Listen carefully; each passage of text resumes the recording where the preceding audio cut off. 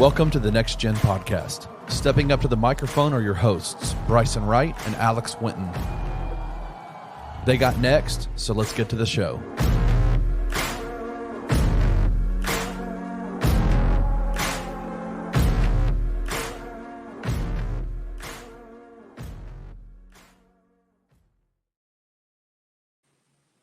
What is up, everybody? Welcome into the Next Gen Podcast here on the Bluff City Media Podcast Network. As always, I'm your host, Bryson Wright, and I'm joined by my co-host, Alex Winton. And we got a lot to get to this week. But we got to start with NBA Finals still going on. As we're recording this, it is 3-1. The Mavericks did win Game 4, but the real question is going to be, can the Mavericks actually make history and stop the Celtics from getting this chip? Obviously, you can say the obvious thing is that if the Mavericks win Game 5, it becomes a lot more interesting. I think that we're at that point where if the obviously they lose, it's over. But I think if the Mavericks win Game 5, that's when you start to be like, okay, now you're at a point to where you could see something special happen, even if it is just forcing to Game 7, because they would have Game 6 at home. And yeah. But I do feel like, losing Game 4, like for a Celtics fan, they should not be worried about that. That really, to me, it felt very similar to that Grizzlies Game 5 back in 2022 when they played the Warriors in Game 5, won by like 50. And it was almost like, to me, it's this: the Mavericks were giving their best punch. The Celtics were just not in the game. Like, just from and it was very clear that, when one team has everything to play for and the other team is like, well, it would be awesome to win tonight, but if we lose, we got to go home for Game 5. You know what I mean? And that's kind of the vibe I was getting from the Celtics, is they are completely fine with going home for Game 5. I do think that can be playing with fire in certain situations, just because of how good NBA players are. And then you have something where, Tim Hardaway Jr. gets hot.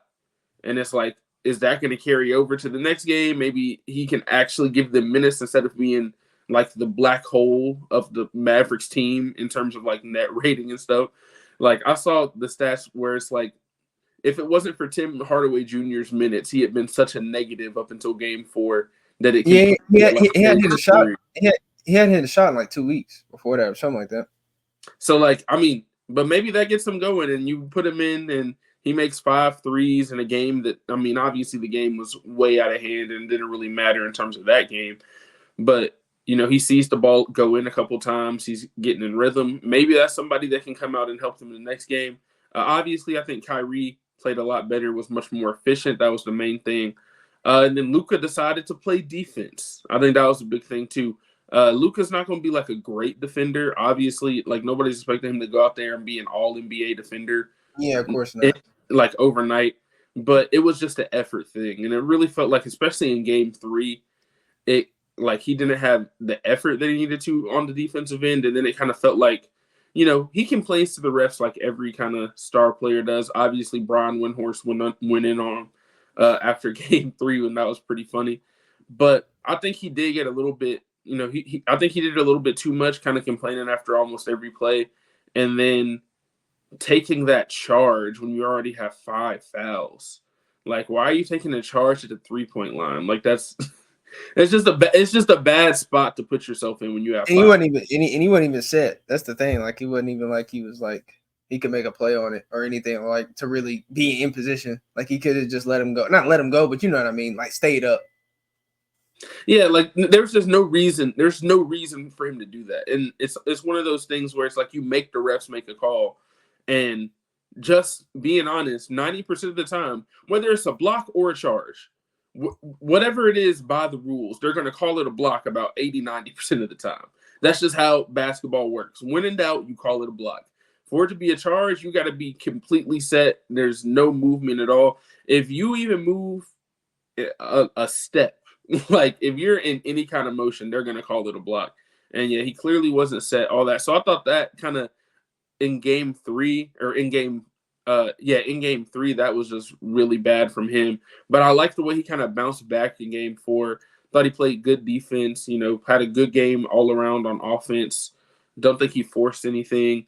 And then, like I said, the effort thing from him, I think his effort on the defensive end was much better. Obviously, on the other side, you look at the Celtics, and I feel like their effort wasn't necessarily there, obviously. But I still feel like that comes from a point of they know they're going back home for Game 5. And it's just it's a human nature thing. It's like regardless of how many times you tell yourself, like, okay, this is the big game. We got to win this one. It doesn't matter we're up 3-0. It's still in the back of your head of being like, okay, if they go up by like 20, like they did, like the Mavs went up by 20 in the first half, you're like, am I really going to expend all this energy to come back when I know I got Game 5 at home? And they were down they were down 30 most of the game too. Even like they couldn't even make a push to cut it like 20, 25, something like that. Yeah, exactly. And I think the Celtics, I think Joe Mazzulla kind of did do the right thing later in the game and just go ahead and take people out, because it's like there's no use in making your guys even more tired. They're already tired at the end of this long playoff run. Might as well let them rest up. Like, honestly, if I was the coach, I would have been like, after halftime, I would have been like, yeah, y'all are sitting down. Let's go. Xavier Tillman, Luke Cornett, Jaden Springer, it's your time to shine. Like, let's see what y'all can do, because obviously the starters didn't have it, or they didn't feel like they really cared about it. Like, that's really how it felt to me. It's like the Celtics were kind of lackadaisical, and the Mavericks just came out with the intent they should have had the first 3 games. Like, they should have came out with that kind of intensity in the first 3 games, but they just didn't.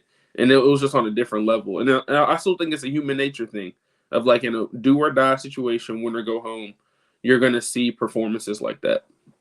Yeah, it all comes down to really like desperation. In the sense, just understanding, like, look, you literally lose, the season's over. Yeah, the Mavs, I felt like obviously, Luka's getting a lot of the criticism, which again, they're gonna point at the star and be like, look, that's who it all falls on, which to some extent it makes sense. I think his effort could have been better defensively, but ultimately I think the biggest difference in this game was that their role players play good. Like, that's literally been the thing that I've been saying the whole time. We've been saying the whole time, in terms of, like, I just think the Mavericks have enough to win this series because the role players usually aren't consistent shooting. Even in this game, PJ Washington didn't really have much, but I know this doesn't sound like much, but they got 10 points from Dante Exum and like 2 threes at key times. Like, they weren't getting that. They hadn't seen Dante Exum had scored in like 2 weeks, like 2 series, it seemed like. So, that type of production was needed, and they never got that in the first couple games. Obviously, their defense was a lot better. Luka's defense was a lot better. That played a part. But also, I think, again, like, the Celtics just really started out bad, but they had a decent start. And then once the Mavs kind of went up, I think they went on that run like late first or early second, and it was like it was kind of it at that point. Like, they couldn't really make a run. It seemed like the Celtics were trying to some extent, but like you said, they're kind of going through the motions. And obviously, they won that other game without Kristaps Porzingis, but again, Porzingis makes a big difference not having him. I think just it now forces them to have basically, I won't say a lineup without a non-shooter, but like, you don't have to worry about Horford as much. And like, it's just a lot different when you got to worry about Horford and Tillman versus Kristaps, who can shoot from like 30 feet out. Hey, hold on. Hey, Tillman made that 1-3 though. You know what I will say? When Tillman made that 1-3 in game 3, he made his one attempt. So that's good for him.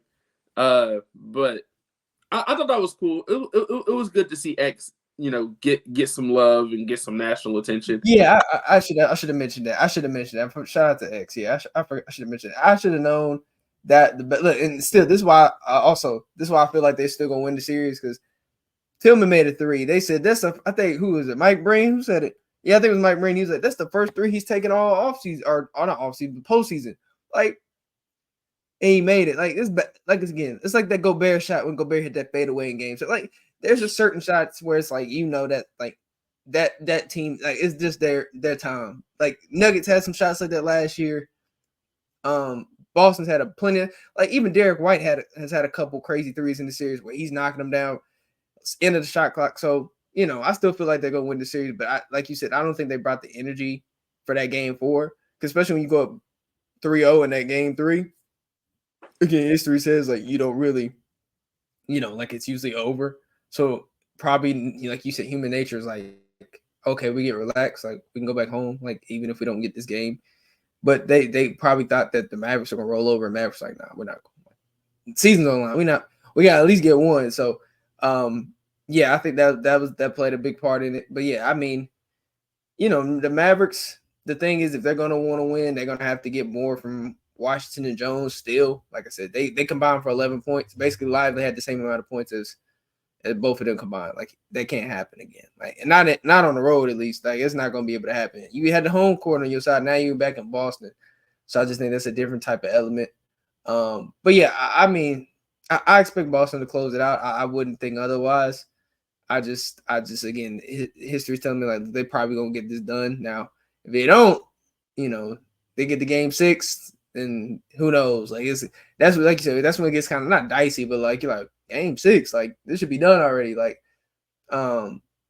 especially after you got to close that game at home. So then because you don't want to get to a game 7, because even though game 7 is at home in your place, like ultimately game 7, anything can happen. It's a coin flip. Like, I've seen home teams lose a game 7 because everybody's tense and tight. So like, you don't want to get there.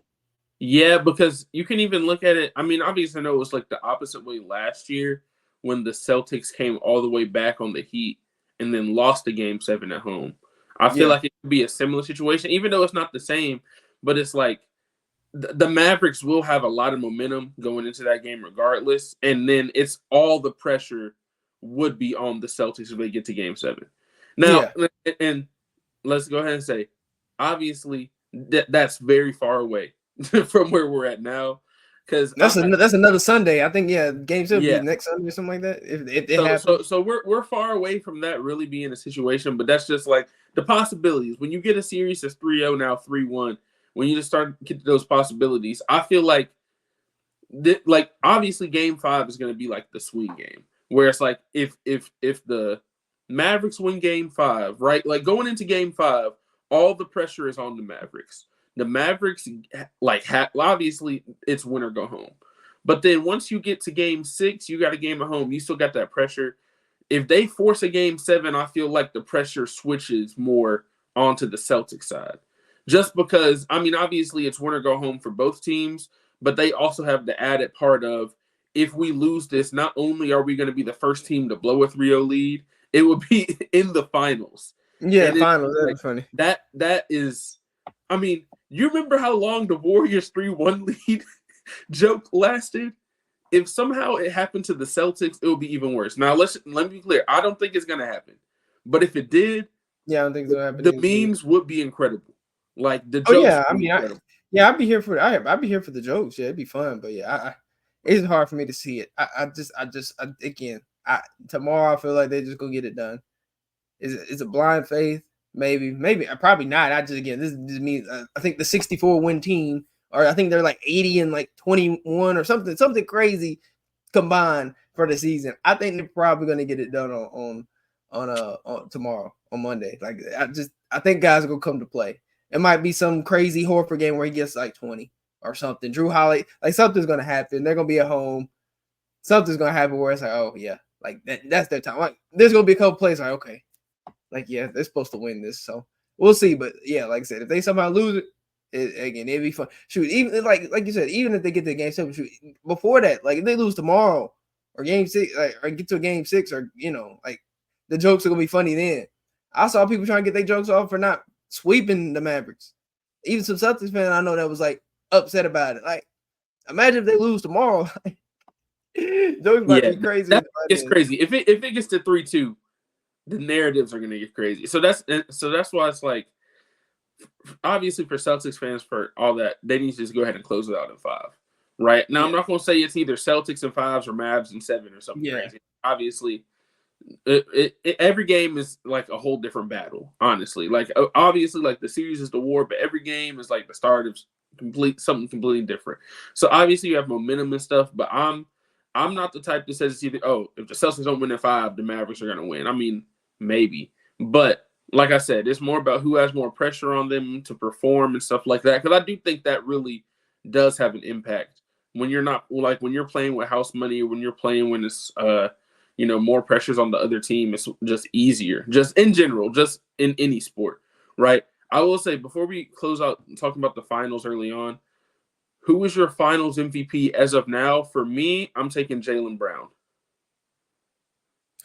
I'm probably gonna say Jaylen Brown, but looking at these stats, let Jaylen Brown have another like 15, 20-point game, and then Tatum have like a 30-point game, and Tatum's probably getting it. Like literally, you look at the number. Obviously, Brown's more efficient from the field, and really that's it from the field.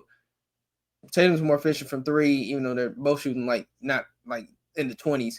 And he's more efficient from with the free throw line. But Tatum's still their leading rebound and assist guy, and he's second in scoring. So it's like, so for me, it's kind of like, okay, if he gets a 30-point game, they probably gonna give it to him, even though he's shooting 36% from the field, like 37%. Like that's where I'm at. Like it's really gonna be them battling. Like I wouldn't be, like I want to say they're gonna be fighting over it because they gotta win the game, of course. But I said it on Twitter where it's like they're just gonna be trying to stat pad to see who can get the Finals MVP. That's literally where we'll be at. Because 20.8 to 20 points, right exactly. Just with Jaylen Brown's average 20.8 and Tatum right at 20. So Tatum have another 30. Let's say Tatum has 35 and then Brown has like 15. Yeah, it's going to Tatum probably. Yeah, close that game. It's close. Yeah. It's very close. I'd agree. I think if Tatum has a big game and Brown doesn't have a big game, then like definitely I can see like Tatum can take it. It's not like Jaylen Brown is far away and doesn't matter what happens in this game. Like it's very, like you said, it's very close. I just feel like Jaylen Brown has made the biggest shots, like the bigger shots, like the shot in Game 3 that he made. He has. Yeah, like so like he's made some of the big shots, and I think that's one of the reasons why he probably would get MVP as of now. But I mean, Tatum has had like even in that Game 3 when Brown went crazy, I think Tatum also had 30. Like they both had 30. Yeah, he did. Yeah, so he did. It's one of those things where they've both played off each other. I think very well. So it honestly could go either way, but yeah, like right now I say Jaylen Brown. But I agree with you that if Tatum has a big game, if he goes for 35, 40, whatever in a closeout game, right? And I'll say this, it might come down to just whoever has the better closeout game. Like they might trade it. Yeah, that's literally it. Whoever has that's literally it. Yeah, that's literally it. I think because it's like their numbers are so close. Like Tatum hasn't beat in rebounds and assists if they are counting that. But like you said, Brown's more efficient and he has the bigger moments. And he's been more consistent throughout the whole series. But like again, so like they're close. Like both of them have a comparable game. Like let's say both of them have 25. Yeah, Brown probably get it. You know, unless Tatum has like a 25-point triple-double or something like that, then maybe. But like, you know, and this is spoiled. Like this should show you how I won't say unfair they are. Because really they're unfair because of the other guys. But this should tell you how good they are when we talk about who's going to get Finals MVP and they like neck and neck. Like, come on, man. It's just funny that's to true. me. Yeah, no, that's just funny. This is funny to me, man. Because everybody talked about how they need to break them up, but this and that. And they've been playing off each other pretty decently outside of last game. So it's just funny. But yeah, that's probably what's coming down to the close that game, who's going to play better. And it's just going to be so funny, bro. Especially if they're already up, like, let's say they're already up 15 or 20 points. I can just see it now. They already tried to stat pad in game 1. Was it game 1? Yeah, game 1 where I think they had him out there for way a little longer than they need to. They're gonna do the same exact thing. Somebody gonna try to stat pad. It's gonna be funny. I'm sorry. I'm just here for it. It's gonna be funny if that happens. I'm just gonna laugh. If I see stat padding in the NBA finals, I know what they're doing it for. Because money on the line. You know how people bet. You know, FanDuel, look. Somebody probably got Jaylen Brown Finals MVP for like, I don't know how many. They got it for like whatever odds before the series started. They're gonna be sick tomorrow. Or somebody had Tatum, like, you know what I mean? Like, I find all that stuff funny, bro. This is gonna be very funny to see how that plays out. But yeah, obviously they're not thinking like that. You know, they're just wanting to win. Like they don't care. But like just from a viewer's perspective, it's funny. And players will tell you that they don't care. Oh, we don't care about Finals MVP. We just want to win. They're lying. Tatum does for sure. It's and I mean, obviously, you care about the ring more than Finals MVP. I agree with that. I don't think that Tatum or Brown or anybody is going to go out of their way to like completely or to like you know they're not going to try to be the hero and win Finals MVP because only one person has ever won Finals MVP without winning the series. Rest in peace to the late great Jerry West who just passed away this year. Passed away earlier this week. So they're not going to throw away the series in order to win Finals MVP, but that's something they definitely think about. because I'm trying to remember who it was that they were talking about Steph after he had a bad game and KD had 30 and they went up like 3-0 and Steph was like disappointed because he had a bad game because he wanted to win Finals MVP. You know what I mean? Like, it happens. Yeah, I mean it's one of those things. I mean, I think but you know how people are, bro. Like they've been with Tatum, like especially for the players like that, like when they're because I still think obviously, you know, people have the discussion like who's better. I still think obviously Tatum's a clear like top. I think Tatum's top 10 player in the league and like, you know, like their best player. But you know how it is, like, you know, the conversations about Brown has been better this year. I'm like, we've seen it before, like not even just with Steph, like you said, like because I mean to me, I thought in those years I thought Steph was a better player, but like KD was just a better guy in that series, because of the same thing where you're seeing where the number one guy is seeing a lot, like is seeing number one type defenses where the second option is seeing like not easier coverages, but they're more so playing like one, like especially with KD, like he's not seeing like double coverage, you're not seeing two on the ball, usually seeing one-on-one type of coverages, especially in that spacing, and then now in this spacing. Brown has been, and now granted they've hit bigger shots, but like that's what kind of where I'm at with it. It's like, you know, I'm there, but like, you know, people had these talks and legacies and stuff like that or narratives where they'll be like, oh, somebody's better and this and that. Like, so like if Brown wins it, they'll say he better or something, like, you know how it is. Like Twitter's going to eat it up. But back in the day, they weren't doing it when like Isaiah Thomas or Joe Dumars won Finals MVP the first time Isaiah Thomas was in the finals, or when they first won it. Like nobody was saying like, oh man, like who's the better? I'm pretty sure that I don't know. I wasn't around, but I'm pretty sure nobody cared. Like, you know what I mean? Like nobody cared. I don't know. Yeah, but I'm saying nobody really cared at that time. Like nobody was saying that like when Tim Duncan maybe I think was. Well, I mean, I do think social media has completely changed like the whole like it has and stuff like that. Like obviously there's always been talks about people's legacies and stuff like that. But I think social media is just taking it to like a different level. And First Take and like shows like that, Undisputed, where that's the like instead of the leadoff show being this is what happened in the game last night. This person did this. You're now going from where you'll tune in to hear about the game, and they might talk about the game for 2-3 minutes, and then the rest of the time they're talking about somebody's legacy. They're talking about who needs to leave and is this person. You know, oh, well, if they lose, are they going to go somewhere else? You know, that's like 50% of the show. So that's why it's just changed. I feel like it's different. I mean, I think it's different even from when I was like a kid watching sports. Oh, yeah, for sure. Like, it's like completely different. Yeah, it's definitely different. It's definitely different because even like with Kawhi, I think, when Kawhi got Finals MVP, I remember when he got Finals MVP, like nobody was like saying like Tim Duncan wasn't not great because he didn't get Finals MVP. Like, you know what I mean? Like nobody was saying that. Like they're just like, oh, well, look at what the Spurs did. So, you know, like people, you know, people will have that conversation about it, obviously, because you know Tatum takes a lot of criticism. And again, it's not a lot of his warranty. He can't be shooting 37% of NBA Finals. Like he needs to be better, more efficient. But again, they are winning games, so it's kind of like okay, like you know what I mean. Like that's kind of where it's at. Like you win a game, like it's a double-edged sword. You win games, but at the same time, you still gonna get criticized. Like it is what it is. Especially if you don't get Finals MVP, they're gonna be like, "Oh man, he not even all this and that." Like when you can't just erase the whole body of work. You know what I mean? So, but you know how it is. Like social media, like we just talked about. Like I'll be honest. Like now, just me personally, and I know, like I'm not gonna act like efficiency is not important. Efficiency is important. Yeah, I think efficiency over the 82 game regular season. If you were to look at that and you would look at stats and all NBA and all that, perfectly fine. But when it gets to the finals, I don't care about efficiency as much if you're winning the game. Like that's just me. So if your team is up 3-1 and you're shooting 38%, but you're leading the team in rebounds and assists, I can live with that. You know what I mean? Now, if he wasn't moving the ball the way he has been and he wasn't creating as many opportunities as Tatum has been for his teammates, or defending, or defending, right? So, like, when you do everything else, because shots are going to go in, shots are not going to go in. It's basketball. Like, at the end of the day, whether or not the shot, like, you can be the best shooter in the world. The best shooters in the world have off nights, right? It's just how it is.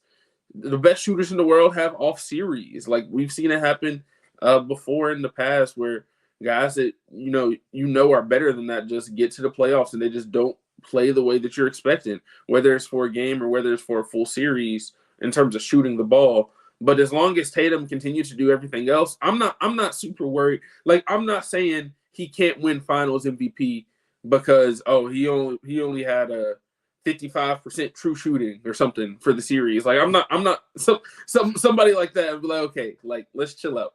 I understand efficiency, but for me, efficiency talks is more for like a full season, regular season, maybe for the whole playoffs.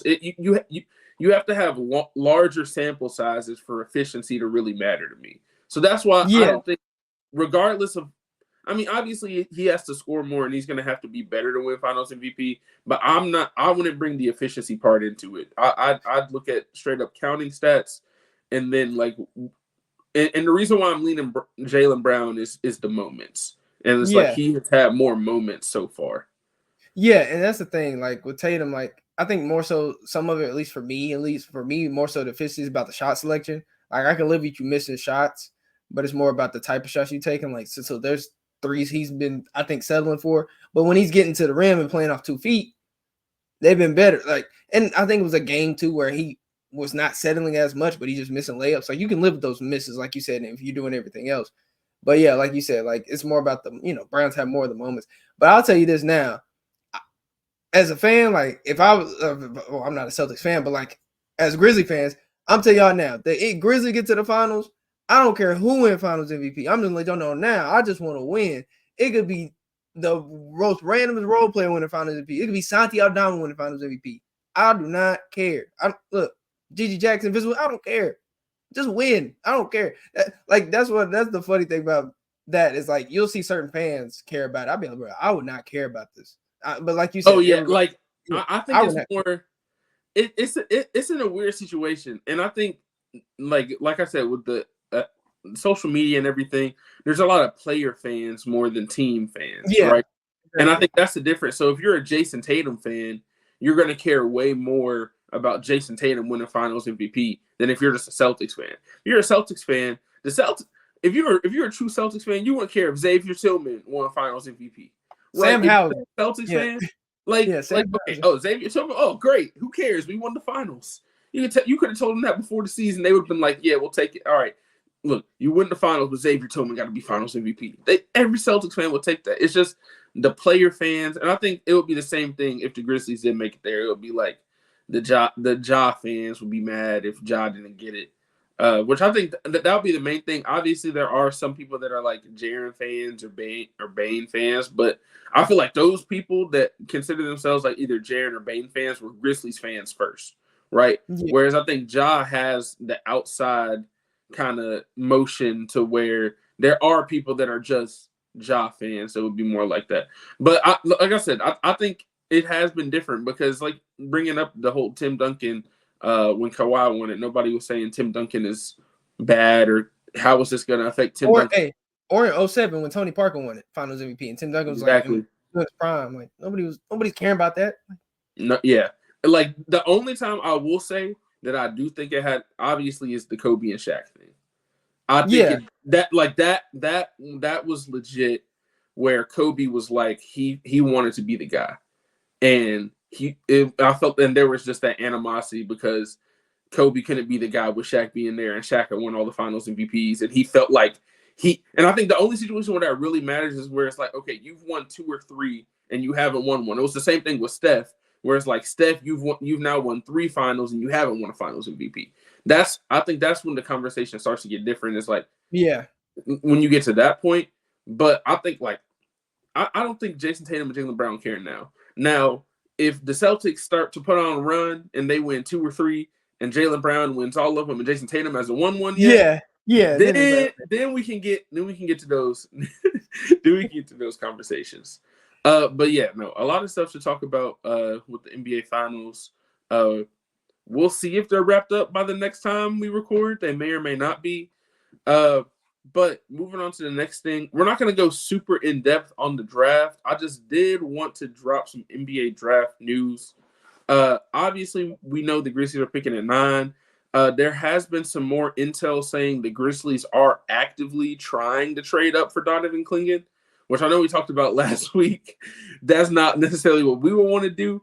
So we'll see what happens. I'll say this: if they don't give up a future first, and I'll put this qualifier: if they don't give up a future first and like a legit like in the rotation player, then I can like you can give up like if you give up your pick this year, maybe the 39th pick, and then Aldama or like Zaire or somebody, but they're not going to take that. That's the issue. You're going to have to give up like a smart, maybe you might be able to get away with giving up Santi if you also give up a future pick as well, right? Or like even if you do give up a Zaire, I think you're going to have to give up another pick too. So that's why I'm like, I just don't know if it'll be worth it in the long run. That's just my only that's my only concern. Yeah, listen, I'll give you some future seconds. No future first. Future seconds, yeah. Okay. Yeah. Look, I'll tell you now. Look, Zach Kleiman didn't get all those seconds at the trade deadline for nothing. He better use them somehow. This might be the time, but listen, would that be the preferred way to use them for me? No, but I wouldn't be mad. Like too bad. I'd just be like, okay. Like, I mean, okay. And again, like I could end up being wrong. Like it's not I don't like clinging. I do like clinging. I just like for my bigs, I want my bigs to be able to look decent in space because that's where it matters when you get to the playoffs. So I like have a big that I can be like, hey, they can at least move a little bit in space and do some things, because Clingan can do all that, but he gets it's like maybe I got Steven Adams PTSD that might be a little bit more reason why.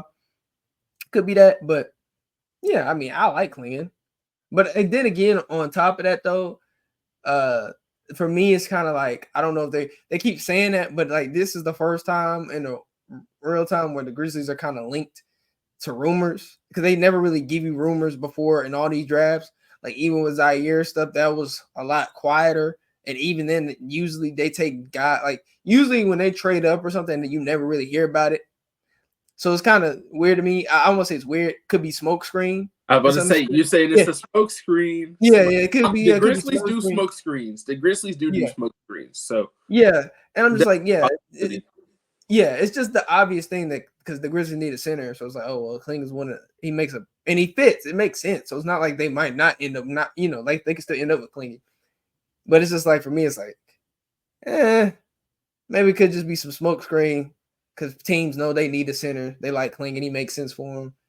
And it might not be smoke screen, but I mean, usually this is a little bit different for me. That's why I'm like, I won't say it's fishy, but I'm looking at it. I'm observing a little bit. But yeah, I mean, if they trade up, whatever, I don't want them to trade up. I think you should just stay at 9, or if you trade back, you're getting somebody, like you're getting probably like a starting big back.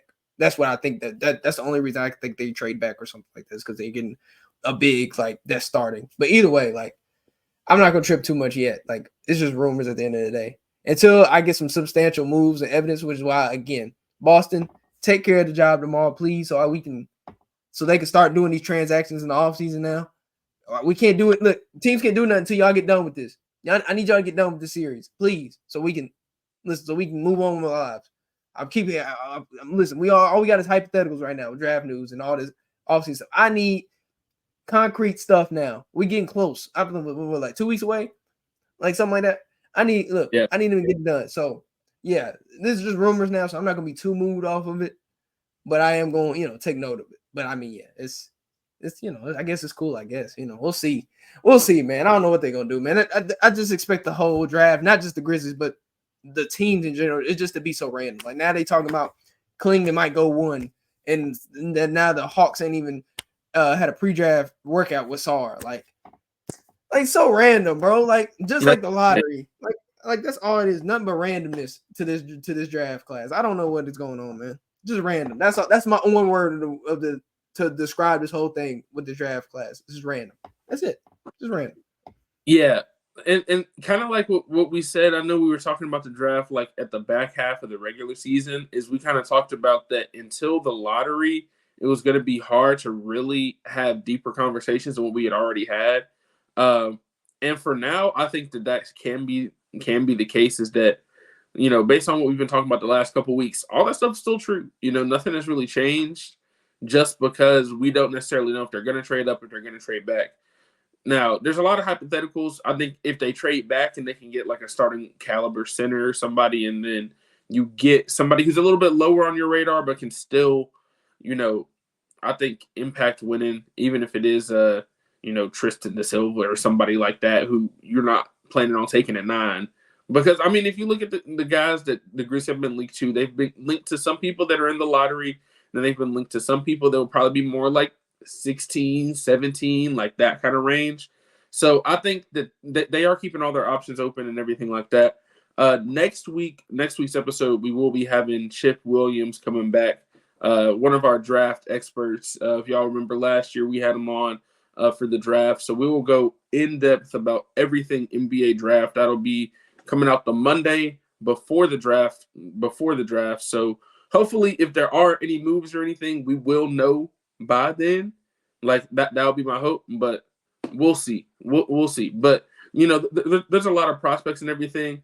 But we're gonna have a full like hour long.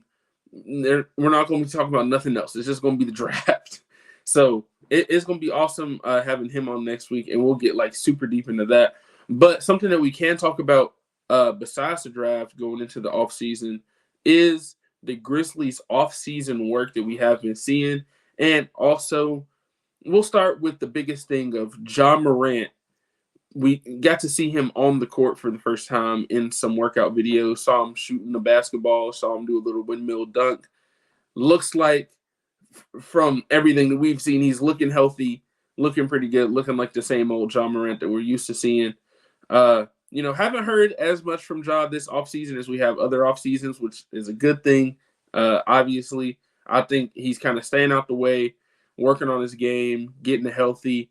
Right. I think all the stuff that we've kind of been saying we wanted to see from him. But I think it was good that he kind of gave, I feel like it was kind of just show the fans, hey, I'm back on the court. I'm not in a sling. They've seen him a couple times out of the sling, I think. But, he's out of the sling. He's on the court. He did a windmill dunk. His shoulder looks fine, at least from the few clips they've shown. Right. He can still shoot a basketball. It still goes in, like all those little things. So like first step of like the rehab or whatever, it's like, okay, you've seen him on the court doing stuff. Now, obviously he still has a long way to go before he's ready to be like full speed NBA, full contact. Right. But I think it's just good that we've now seen that he is okay. He is going to be able to come back, and it looks like he is on track to be back at the start of next season. Yeah, I mean, listen, I have no worries about him being, on track for the season. I think because I can't remember when was it? Was it last month? Yeah, when they had the whole little Grizzlies like community service day, whatever it was, where they had Gigi. I think it was Tony Allen, and it was like Taylor Jenkins talking about like, yeah, Josh should be clear sometime in June or something like that. Basically the summer. And, we didn't really get like they weren't gonna get like a PR Grizz PR. We were gonna get a Grizzly PR update, like, oh yeah, now John's clear for basketball activities. Like, I didn't expect that, but we kind of knew, like, eventually that we were gonna see some videos. And one of my friends told me about that whole video. Like they said something like Ja doing a windmill dunk. I said, hold on, what? He on the court? Like, because usually we saw like there was another clip going around beforehand of Ja, but it was an older clip from like last year before, like in the older offseason. So it wasn't a new clip, but we can almost say guarantee, but this is basically a new clip. Like, this is all we knew. This was a new clip. So it's good to see him shoot. Good to see him out there. Obviously, I wouldn't too worried about Ja being like Ja. Like, he's kind of he's an anomaly. Like I've said it before. Like, he heals faster than most people. Moves different than a lot of people. So I'm not really like surprised that he's like he did the windmill dunk and then he's like shooting a basketball. Like, yeah, I kind of expected that. Like, I guess I don't know. My expectation may be a little bit high for Ja, but I mean, that should be it when he's the best player on his team. Like, supposed to be leading us to the promised land. So, I mean, I'm not really surprised by the clips, but again, it was exciting to see him back out there. Obviously, you got, even though we haven't seen, we've seen obviously Jaren work out a little bit too. I think he did with something with Chris Johnson. Then there was another video of Bane working out and then Jaren doing that same workout. So, it's good to see that those three in particular are locked in on what they're supposed to, their off seasons already. Because again, they've had more time than ever. This is probably the most time they've had to do an offseason or have an offseason since their first, the first, I want to say almost even in that first year, if we were to think about it, that COVID year, I mean, they had some time, but I mean, I forget how that the difference between when they went out the bubble and then when they started that season, or the next season. It wasn't that long. Yeah, it wasn't that long. So this might be the longest. Now that I think about the longest offseason that they've had, like realistically, because they've been in the playoffs for the last 3 years. So I mean, it's gonna be April to October. Yeah. So right. Yeah. So and I think that year in the bubble they got done. It was August, and then they came back in December. So that's like 4 months. Yeah. Because because I just remember they came back and like the Christmas games were like the second, third week of the season, right? Yeah. So exactly. Even though like they got done in August, because I remember the first games was like end of July. They got done in August after they played their 8 in the little play-in game or whatever. So, I mean, this is definitely the longest offseason they've had. This is the longest offseason any of the Grizzlies have had since they were rookies, like since their rookie year. And even then, it's a different kind of offseason because they were still doing combine stuff, and they didn't know where they were going to be, like what team they were going to be on until July. So, if you're talking about in terms of length of the offseason, this is definitely the longest offseason they've had, at least since Ja got drafted. Yeah, and this is long, and a lot of them are healthy. Oh, I mean, obviously Josh, pretty much clear, but I mean, he's done a lot of rehab. But like, Bane wasn't healthy last year. I mean, he had the toe thing. Then the year before that, Jaren wasn't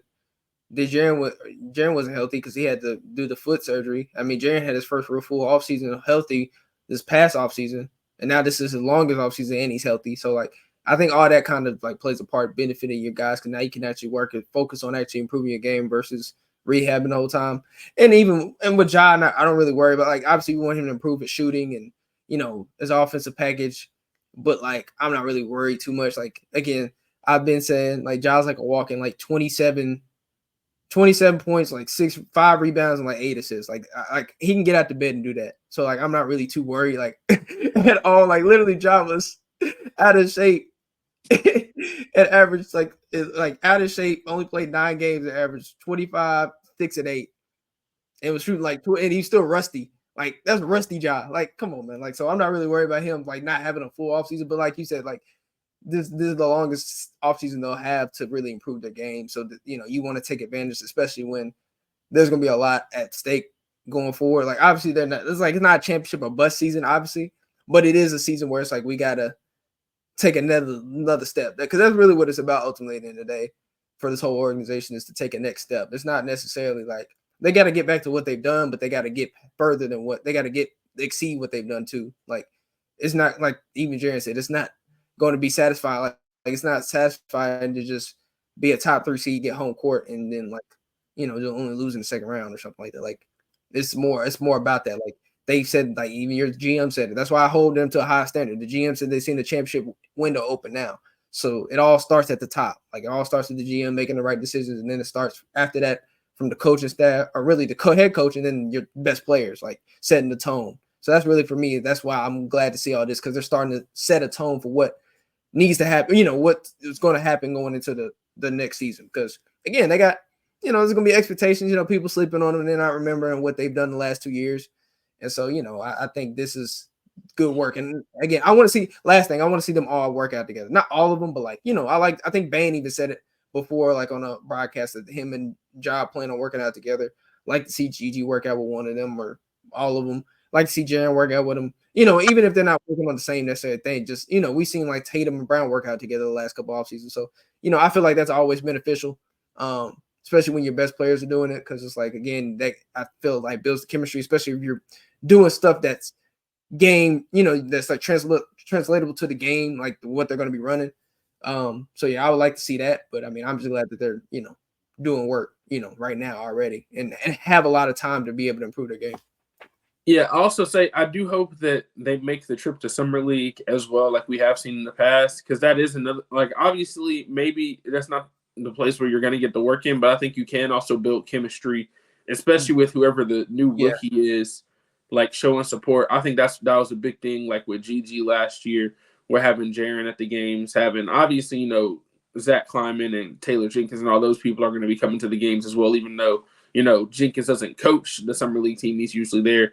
But he was there. Tillman was there for some games. I think Luke was there. Conchar, like this, a bunch of different guys came to at least one or two games just to kind of show the support for the summer league team, introduce themselves to the new guys, and because there's probably going to be at least one or two people on the summer league team that are going to be on the regular team. I don't know. We'll see. I think a real question is going to be who all is going to be on that team. Because I think Gigi is going to be on the team. I don't think Vince is going to be going. I would say Vince probably isn't going to go this year. Yeah, he's year 3. He's year 3. I don't think he's going to go. I think Jake is like a 50-50. I think Jake could end up going back. But this also one where I'm not 100% sure. I think it does kind of depend on who all they draft. I think if they do draft another wing, maybe he doesn't go. Zaire didn't go last year. But I don't know. We'll see if they want him to go this year, maybe because last year I think it was more of like an injury thing, and they wanted him to work on his conditioning and stuff like that, rather than being on the actual summer league team. So I don't know if that would still go into it this year. And even though that he is another year older and everything, I still feel like those reps could be beneficial for him. Yeah. See, that's the thing though. By year 4 or 5, they usually don't. So that's why I don't expect Zaire to. Maybe a guy. Maybe we didn't talk about Scottie Pippen Jr. I think Scotty's going to be there most likely. Trey Jemison is probably going to be there. Yeah, like some of the G League guys. They'll have another 2-way guy. Obviously, the interesting thing is like if who's the dude that I can't even think of the name right now? Tart, the one that they drafted last year, the big wing. I don't know if he's gonna be over here. That's another one that they might. So we'll see because you also got to account for they got the different summer leagues. They got the Salt Lake one, then they got the Vegas one. So you got to be like, okay, they might have a different roster for the Salt Lake than they do for Vegas. So it'll be interesting to see. Obviously, the one we can pencil in is Gigi. For me, with Gigi, I hope he only plays like 2-3 games. And I'm not saying that in a bad way. I just hope he's that good where he only can play 2-3 games. But we need that Desmond Bain. We need that Desmond Bain. Need that Desmond Bain type thing so we can start pushing agendas. But yeah, he's gonna play. And then like we said, Scotty probably because I think Scotty's a year 3 guy, but even then that last year was like kind of his real year 1 of like playing NBA basketball. So I could see him going. So yeah, it's gonna be interesting. I don't know what they're gonna do in terms of that. But I think the team will be good. Like, I might be able to make an agenda about them winning Summer League championship again because they ain't won it since Brandon Clark was in the Summer League. And that was a long time ago now at this point. Shoot. Felt like yesterday, but yeah, that's a long time ago at this point. Was that 2019? Yeah, 2019. Yep. So yeah, it's been a minute. And listen, we need to get back. We need to get back so we can have something to talk about. So we'll be like, yeah. We got look, we might not be NBA championship, but you have a summer league championship. Like that holds a little bit of weight for some people. So it doesn't hold a ton of weight for me. I'll be honest. It's cool. It doesn't. It doesn't. I'm just joking. It doesn't. But listen, it doesn't. But I look just to talk about it, just to be funny. Now look, if they win the summer, like I'm gonna be happy for the guys, but for me, it's obviously more about the development more than anything. I think for sure. And I do think that like I'd rather see Gigi be so good that he only has to play 2 games than he has to play all the games and they win the summer league championship. Oh yeah, absolutely. You know what I mean? That's how I feel. Because because you talk about, like I said, that's why I said the Bane summer league. The year when they had Bane in summer league, they could have played Bane all those games and they would have had a chance because it was one of and you'll see it sometimes when you'll go to summer league or like you'll watch the summer league game and you'll just be like, there's no way this guy should be out there. And that's what Bane looked like. It was like he should not be. He's like on a different level than everybody else. Yeah. And like I'll say the same thing. That was like I saw like Jabari Smith Jr. in the summer league in year 2 last year.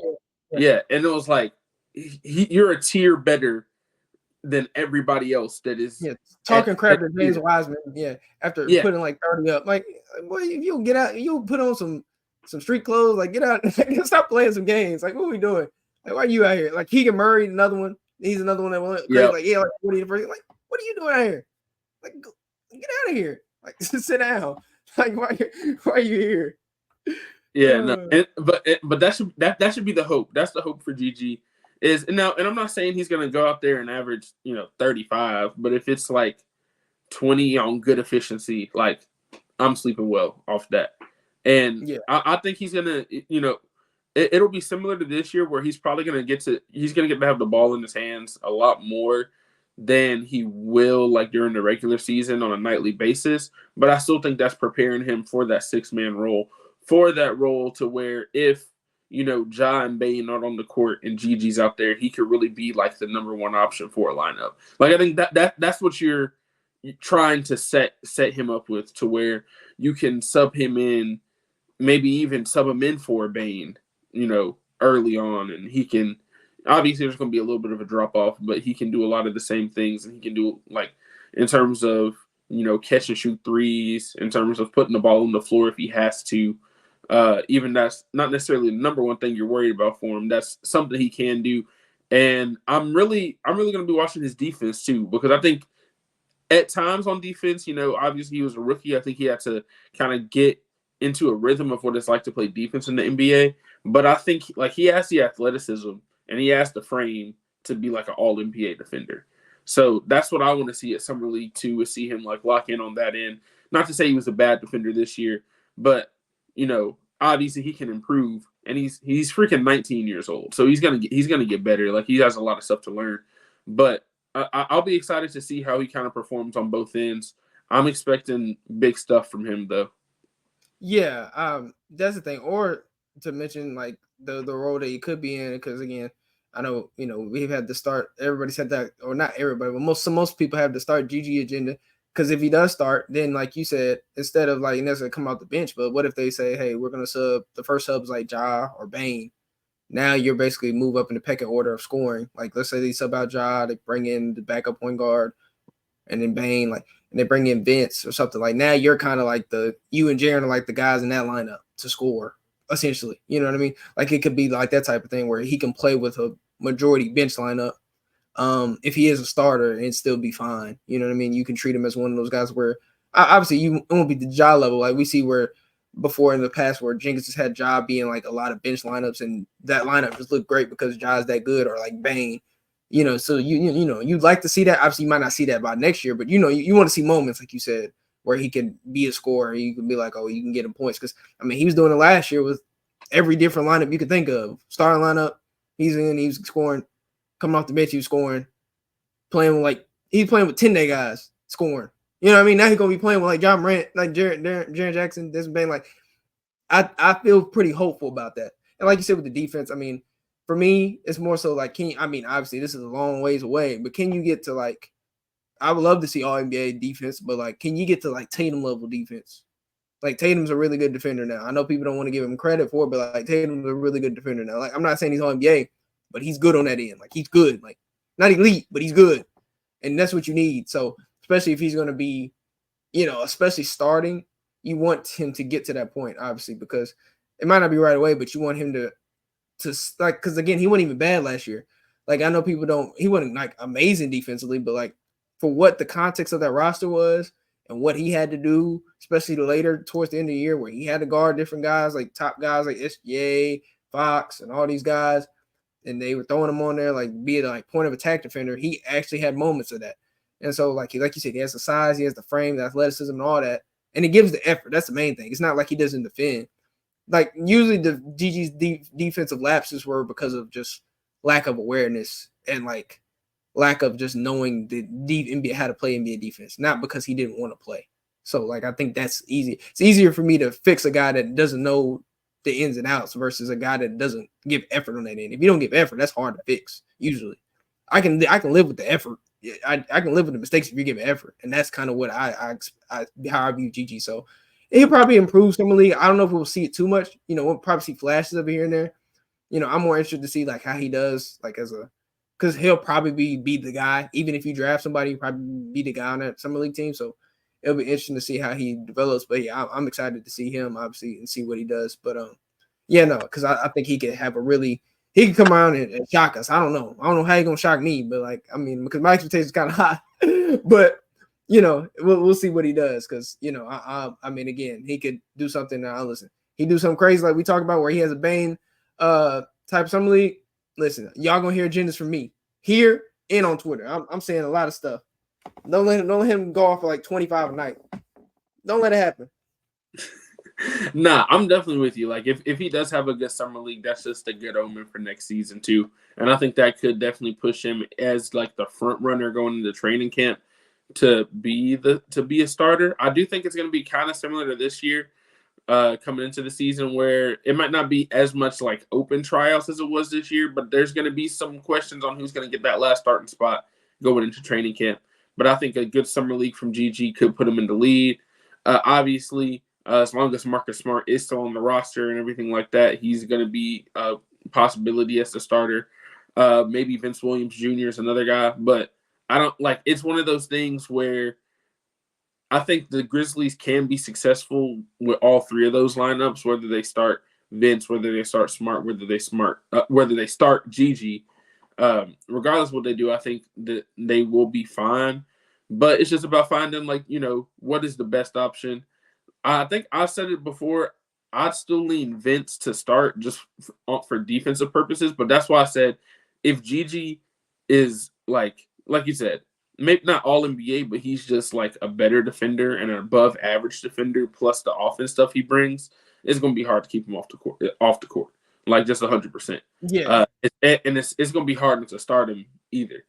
But moving on, last thing this week, WNBA is I don't know if it's like officially the rivalry week, but that's what it felt like. I know they've had some ads talking about it with the Liberty and the Aces playing on Saturday, and then obviously having the Storm versus Mercury, where you had a little bit of animosity in that game as well, with the whole just a bunch of different stuff going on in that game, and then also the Sky Fever game, which anytime you have Caitlin Clark and Angel Reese in the game, it's always going to get a little spicy. Like that's just how it's going to be.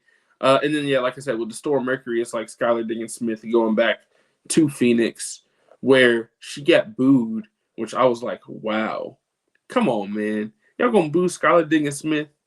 Like Skylar Diggins-Smith did nothing wrong, man. She had a baby. And the team didn't let her into any of the facilities. Crazy. And y'all gonna boo her when she comes back. I was like, wow, just that didn't sit right with me. Now I know it wasn't all the fans, and I don't want no Mercury fans or somebody to be like, it wasn't all those. I know it wasn't all the Mercury fans, but the ones that did, you got issues. I'm just gonna leave it at that. But I thought the Mercury had a really good game. Brittany Griner has come back from injury with a vengeance, and it's like she has not missed a beat at all. Still physically imposing. Just like there's just not much you can really do with her, just in general, when she gets to her spot in the paint, and it's been that way since she came into the W, really. And then now that she has continued to expand and has like the little that mid-range jumper, has just made her even more unstoppable, because even if you do play off, like you can still play off for a little bit. She's not going to step out to the 3-point line usually, but that little mid-range is almost automatic, and it makes it really tough for him to guard. But I really enjoyed that game. I thought that was a good game. And then the Sky Fever game, which I hate that the thing that's going to come out of it is another think piece about a flagrant foul, because I'll say this, especially for the people that are like Caitlin Clark fans. If you came away from that game and the only thing you wanted to talk about was the foul, you are doing Caitlin Clark a disservice, because Caitlin Clark had the best game she's had in the WNBA in terms of being like a true point guard. Like she had 22, 9, and 8. Like just an all-around good game. She wasn't turning the ball over. She really should have had about 12, 13 assists.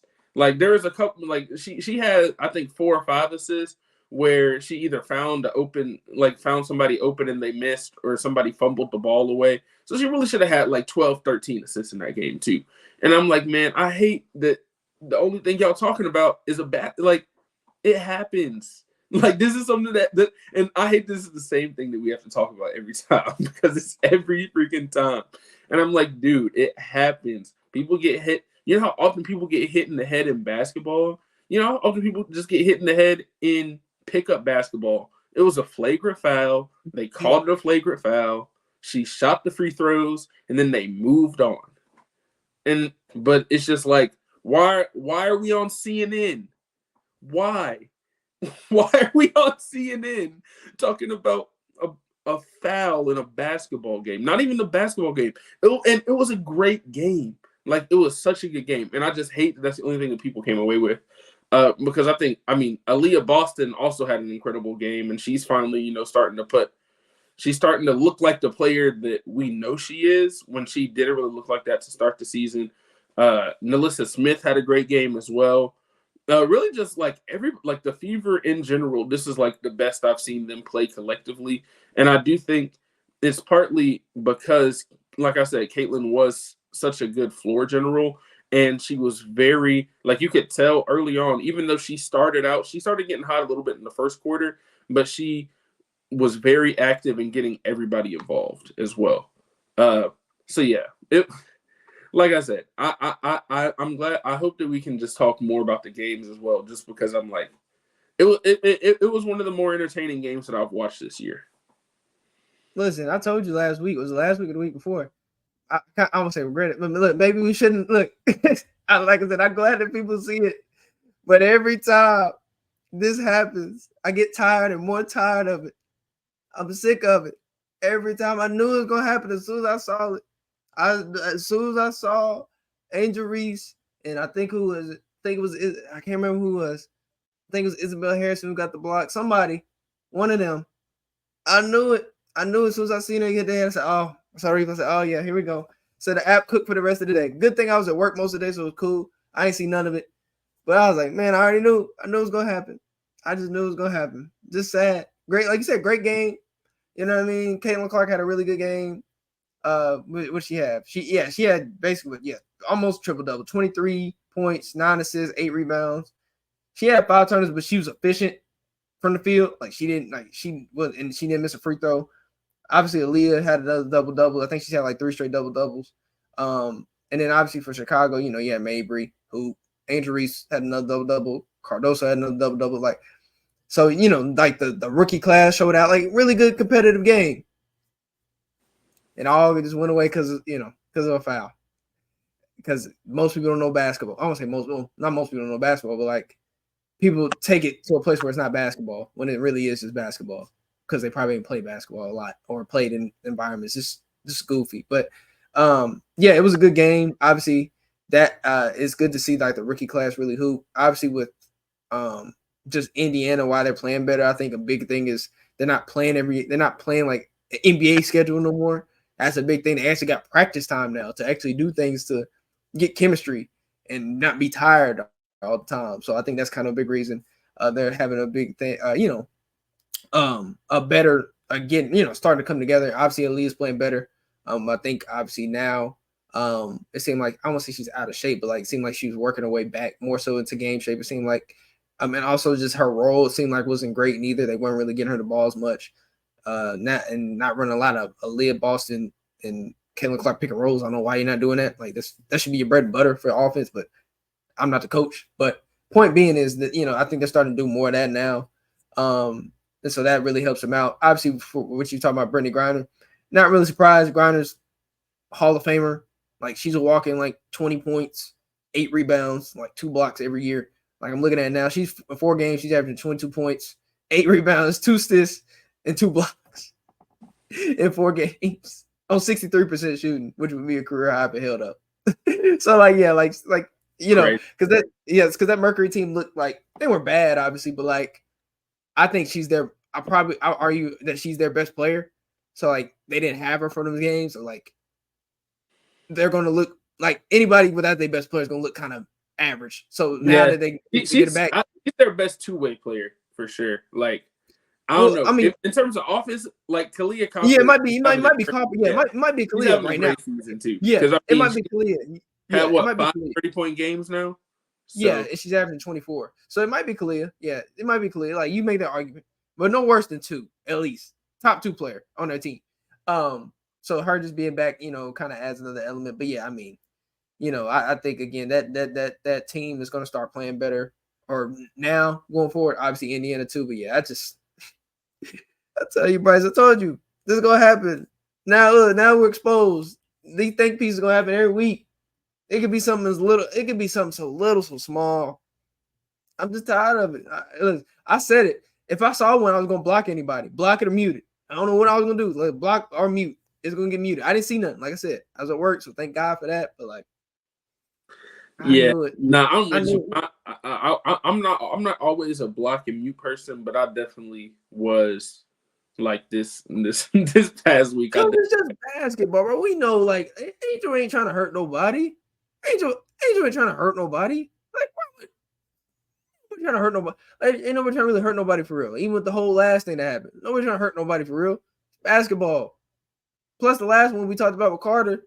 We try to tell y'all the people that didn't know. She, not to say she's a little off, but like she's different. Like she's not going to like take BS for real. Like so, like you gotta understand all that context with it. So like, especially in this, like we know when she wasn't trying to hurt, she was trying to make a play on the ball.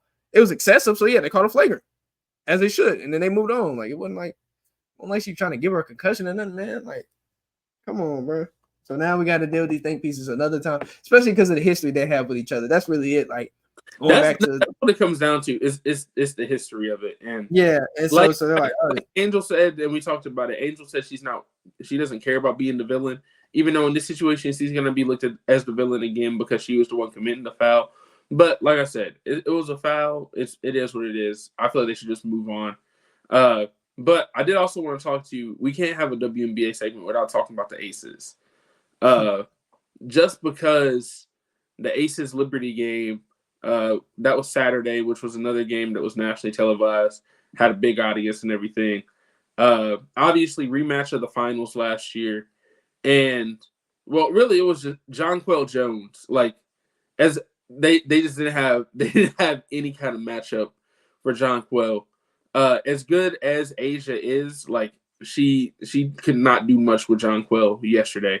Asia did continue her 20-point game streak, though, at 17, longest in WNBA history. So that's always good for her. But I do think, like, I want to say the Aces are worried. I mean, they're 6-6, only 12 games into the season. But I think they're going to, like, it's getting to the point to where they might not be the 1 seed. That's okay. They don't got to be the 1 seed. But, like, they're probably not going to be the 1 seed. We'll see what's going on with Chelsea Gray. I really think it's all going to depend on when Chelsea Gray comes back. She was supposed to be active for that game against the Liberty, but then she didn't play. So it's really going to – because I think Chelsea Gray does fix a lot of issues just because you're adding another person that's going to give you at least 16 a night and is the best passer in the WNBA, right? So – all those open lanes, it's going to make the role players look better. It's going to look even – Asia is going to look even better because she's going to be getting the ball in even better spots for her to score. So, like, I do think that adding Chelsea Gray is going to fix a lot of the stuff. But I do think they do have, like, some defensive issues they're going to have to work on and figure out. I know Asia, the thing that went viral with her in the post game where she was talking about that really falls on her. Which, not to say, like, it's not all on her, obviously, but that's what leaders do. They kind of take that on themselves. But I think the entire team in general maybe has a little bit of the championship hangover, just a little bit, early in the season. You're back-to-back. You're so focused on the ultimate goal that you might not necessarily get up for every regular season game. And then they're not so much better. Like, they're still better than a lot of the teams, just in general. But without Chelsea Gray, right, they no longer have Candace Parker, which they had at the beginning of last year. I know she ended up getting hurt.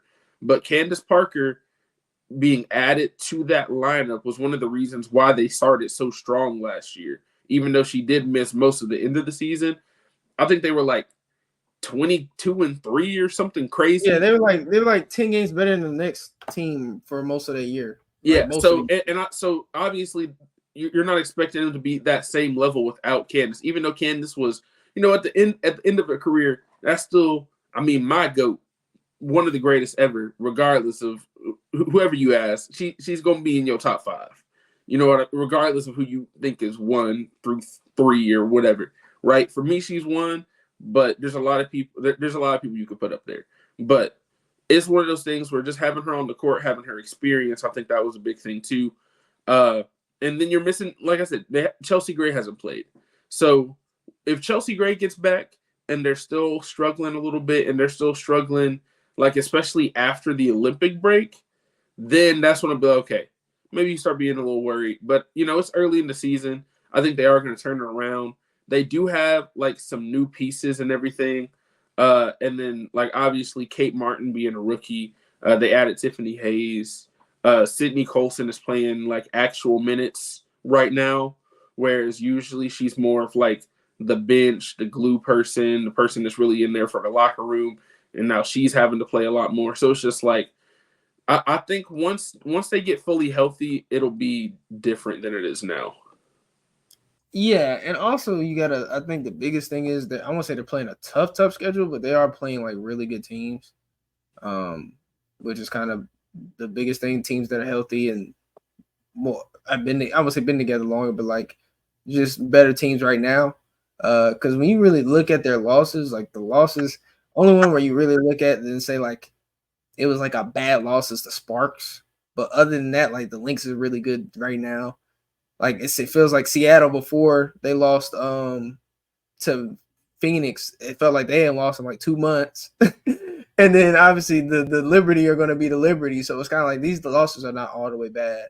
Especially because they had a good win on Thursday against Phoenix. So, I think you got to get Chelsea Gray back. I think the biggest thing, like you said, is the defense. That's the one thing that stood out to me. I feel like they're not guarding consistently. And I know Asia going to say it's on her. It's not. That's at the point of attack. That's on the guards. That's on Jackie Young. That's on Kelsey Plum. That's on all the guards. Alicia Clark, Hayes, all those people that are playing on the perimeter. That that's really more so on them and taking pride in that because the back line is going to be fine. You got her and Kia Stokes. Like they're pretty fine. That like Kia Stokes probably got to score a little bit more, obviously, but that's not her role. But again, with no Chelsea Gray, you got to find a way to figure out something. Like you got to get more from other people. So I think there's a lot of moving parts, like you said. Obviously, you just added Hayes to the group, so that's another. And then like, when you can add Hayes to the group, and you have Kate Martin, and those are 2 new players to what you already done. And they're still trying to figure out what their role is. And then, like you said, no Chelsea Gray, because again, I won't say they're top. I mean, like when you don't have one of your best players, and then your depth is not as strong as it has been, even though it's it has a chance to be better when the pieces are together and people get more reps. You need all your players because you miss one because they've been built on that core 4 type of team, or elite, So like when you don't have one, one of them, it kind of gets tough at times depending on what it is, especially your point guard because it's hard to replicate what Chelsea does. Like she's like even though Jackie Young and Kelsey Plum can pass the ball, they're not point guards to me. They're more kind of like Plum's more of a combo guard, scoring guard, and Jackie Young's more of a guard / wing. Like they're not going to set the table for everybody. So and then on the bench you don't really have that either. I think they'll be fine. Obviously, Asia's gonna be Asia. Asia's so great, best player. I say it every year. Or it's not every year. I say it every game. I see the stat that she put up. I say it's her league. She's so incredible, man. I don't know. I ain't got much to say about Asia, man. She be doing some stuff. Asia's like it's not often where really in any sport these days where you can really look at somebody and be like, okay, they're definitely the best. Like there's no debate. Right, it's Asia Wilson, and you can say like really, the last 2 years, like it's been Asia. And obviously, I think there's other people. Like I think Nafisa Collier is having a great season. We talked about Kalia Copper's having a great season. Enrique Gumbawale is having a great season in terms of scoring, but in terms of just like both sides of the ball, dominating the glass, being a rim protector. There's not people doing what Asia's doing right now, just in general. Nobody. She averaging 28, 12. Yeah, 28 and 12, 3 assists, 2.5 blocks, basically 3 blocks and 2 steals. You talking about that fall on her? And she's shooting 51. Yeah, splits is 52, 44, and 86. Come on, man. She talking about, I gotta be better. I mean, yeah, she gonna say that, or it falls on me the defense. No, it do. I know. Watching these games, look. It's these guards. Look, I'm gonna say it. It's these guards. They need a guard. That's what it is. Every time I watch, it seems like they're giving up open threes because somebody has to help the helper because nobody can stay in front of somebody. That's what it's about. And once they figure that out, they'll be a little bit better. And obviously get Chelsea like. And again, this is the last thing I'll say about the Aces. I'm not gonna listen. We've seen it not with just this team, but with other teams. Like even with like I'm gonna use the NFL right now for the Chiefs, right? Everybody's talking about the Chiefs this past year where they had their worst season ever, right? And I was like, look, I was like the only guy that was like, yeah. But like when they get to the playoffs and they look decent and they have, their players and they're healthy, I mean, they still got a better chance than anybody. What they do. End up winning the Super Bowl. Not saying it's gonna happen here. Again, it's a lot tougher. Like they were the first back-to-back champion since the Sparks back in like the early 2000s. Like it's hard to do. And then hasn't been three-peat since the Comets back in the day. So it's hard to do. But I'm not gonna count out the Aces just yet, considering the context. Listen, they get healthy and all this, they can still beat. Look. I'm not gonna be like, I wouldn't be surprised they still win it. Like they're going to be fine. Like you know what I mean. Like I'm not going like they're not dead until they're dead. Like like until you actually beat them, you have to actually beat them. In my opinion, like you can't till I actually see them lose in the playoffs. I'm still like. I give them the benefit of the doubt. You've built that much to the point in the last 2 years where you can give them the benefit of the doubt to figure this out, even though it's been 12 games. Seasons are shorter, our WNBA season is shorter than relative to most other seasons, but still, you give them time. Like you consider the context, it's been different than like everybody's healthy and they're just bad. But you're missing Chelsea, you add new people, like all those moving parts. Like you kind of be like, okay, give it a couple more weeks and let's see. Like you said, if they're still struggling when she's back.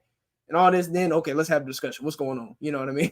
But right now, it's like, nah, don't overthink it. Don't overthink it. I know the jokes are funny, but don't overthink it for real. So, yeah, for sure. And then I also wanted to talk a little bit about the Sparks and Dream game because I know you're a Dream fan. I was watching that game. Really, just the fourth quarter of that game, and really like the last 5 minutes of the game, it was really like you could see the. I mean, it's sometimes like obviously the Dreams still have some young players like Ryan Howard is a young player, but you're talking about like Tina Charles, you're talking about Alicia Gray, both having great games and really down the stretch of that game taking over. But I did have to give a shout out to the rookies for the Sparks as well. Rakia Jackson was 16 points, another efficient game for her, and then Cameron Brink also had a good game offensively, which is like. What we've talked about is that she hasn't been awesome on offense, the whole season. She's had her moments, but this was definitely, I feel like, one of her better offensive games. She made 2 3-pointers. I think that as she continues to get more comfortable with her jumper, it's going to be really hard to guard her because she had a couple, like, in that fourth quarter where they could have put a little bit more pressure where she had some open looks and she didn't knock them down. But I feel like she's going to continue to get better at that. But yeah, the Dream have impressed me this year. Like, not to say that they were going to be bad necessarily, but I feel like even though they're 500, I feel like they're like a good 500, if that makes sense. Yeah, listen, why you say that, I look at the record here, I feel like we should be better, man. I'm looking at that, I'm seeing because we've dropped so many. We've dropped like when I look at the schedule, we've dropped like 2 or 3 games. I feel like we should have won. Because they had talked about wanting to be top 4, and they had the chance to. But now, and I will say, Jordan Candace still not playing. That's just supposed to be our starting point guard. She's still out with a hand injury. Don't know when she'll be back, but that was a big reason why they got, it was supposed to be a big addition because she was really good with Sparks last year. She's been an all defensive player, and she's been like a top assist player too. So like adding that to the fold with Ryan Howard and Alicia Gray and Tina Charles, like that, I feel like it's going to bring everything together, obviously. Because again, I like Haley Jones, but I don't think Haley Jones is the same type of offensive player as Jordan Canada. So they're not going to really, I won't say respect her, but she's not the same type of scorer. So like, it's not going to put as much pressure on the defense. But yeah, I mean, that game, again, no disrespect to the Sparks, but that's a game you're supposed to win. So I'm glad they won it. Obviously, with the Sparks, they finally starting Rakia Jackson. I mean, they've been starting Rakia Jackson, but like finally starting her now, featuring her a little bit more. Obviously, her and Brink and Hamby, I feel like it's kind of your best 3 players. So they should be playing most of the minutes, and then everything else you figure out after that, which is what's happening. I mean, obviously both her and Rakia and Brink both had 16. Obviously, with Brink, a lot of people we'll look at her rookie stats and be like, why is she so special? Because I've seen that going around like, oh, she only averages like 8 points and she's getting fouls. Y'all gotta. This is why I always say eye test comes into play. Like you gotta watch the games because Brink is special in defense, and like literally her offensive game is gonna take a minute. But when she's doing what she's doing today or what she did today, she's gonna be really good because especially now in the W where she has a lot more space to operate. And I think not only her, but like with Angel Reese, with those type of players, you got to realize that these players didn't have an off season. So when you realize that, and that they didn't get to, I won't say improve their games, but they didn't get to like have an off season to really work on things and see what translates. They're kind of figuring it out on the fly. So I think as the season goes along, you're going to see these rookies start to play a lot better. I think that's what's happening now. You're starting to see these players start to have way more productive games. Like Angel Reese's last week's average like a double-double. Obviously, Brink is starting to score a little bit more. Rakia is starting to score a lot better, be more impactful. Caitlin Clark. So, like, all these rookies are starting to really come into their own with more game reps. And, I mean, that's natural. So, yeah, I mean, it was a good win for the Dream. But, listen, you know me, my standard is a little bit high. Like, I'm just like, look, you're supposed to win that game. Obviously, yeah. I think it's always different when you're talking to – see, I'm talking to somebody who's not a fan of the Dream. And I feel like you talk to somebody who's a fan of the team, their expectations are always going to be a little bit higher than what mine were coming into the season. But I feel like that, like, and talking about what you said about the rookies too, and I think it'll be helpful for the Dream as well. I think those teams that don't have anybody that are going to the Olympics and they can stay and they're going to be practicing during that break, right? Like, I'm sure they're going to have some breaks and stuff like that. But I think the rookies and like teams that don't have anybody leaving for the Olympics are going to have like a boost when they come back because they're going to have more time to practice. They're going to have more time to like get to know their teammates and, you know, the teams that have some new pieces like the Storm, the Aces, even the Fever and the Sparks, you know, talking about, you know, adding rookies or having different people. Like, I think all of those teams are going to be better after the break just because they're going to, they're going to have more time together. It'll be a little bit weird for the Aces because they're all going to the Olympics, or like most of the starting fives going to the Olympics. So it's like I don't really know what the rest of the team's going to do. Or the five is going to the dang Olympics, man. That is the crazy thing. No, that's what I said earlier. Listen, this is what I said. I was like, man, they could just send the Aces to the Olympics, and they probably win gold. I say the same for like the Liberty. You send the Liberty to the Olympics, they could probably win gold. Like, I wouldn't be surprised if they did. So yeah, it's crazy. It's like, so it's crazy that you have teams that are that good. Shoot, even the Mercury got what 3 players going. So it's just Seattle. No, you gonna name all your teams, man. Exactly. It's wild, man. It's wild, bro. It's wild. But yeah, no. But yeah, like at least for the Dream, at least when you talk about players and no breaks, the only player that I know is going to the Olympics is Ryan for the 3v3 because he's going with Brink and I think who is it? Haley Van Lith. And I forgot the other player's name, but so I think that's really it. Sierra Burdick, former Tennessee Vault. He doesn't play the W. Yeah, so she's going. So yeah, I know they had an extra player. So yeah, you had so yeah, everybody else is gonna be there. Like Alicia Gray's gonna be here, Jordan Canada. So you know, like you said, that'll be beneficial. But yeah, I mean, I think you'll see a lot of people don't understand. Like a lot of these teams start to pick it up, especially when it's gonna be different because of the break. Because usually, like you don't have a break, and usually that second month is where you see a lot of teams really start to pick up their play. So you know that break's gonna kind of I won't say mess things up per se, but it's gonna throw a little wrench into kind of the season. But you know, some players that have been in it already are, you know, that been in it and had that break, like, you know, playing it during, you know, playing the season during the break, they'll be fine. But I think for some players, this might be their first time. So, you know, they'll get adjusted to having that whole like month off or like couple weeks off and then coming back. So it kind of might be different for them. But I do expect teams to kind of be better, like either like going right before the break stops, you know, you'll start to see what a team really starts to look like. And then maybe like earlier when the break, after the break, you'll start to see like, you know, teams start to pick it up or play a lot better. Especially for the players, like you said, that had the break and didn't go anywhere. And then maybe even the players that come back, you know, that are having their Olympic experience, they didn't really lose any rhythm or like conditioning or anything. So they're going to not really miss a beat when they come back too. So you got to factor that in. So yeah, no, it'll be fun to watch.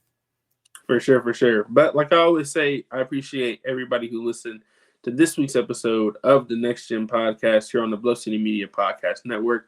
As always, I'm your host, Bryson Wright, and I was joined by my co-host, Alex Winton. We will see y'all next week with Chip Williams talking all things NBA draft.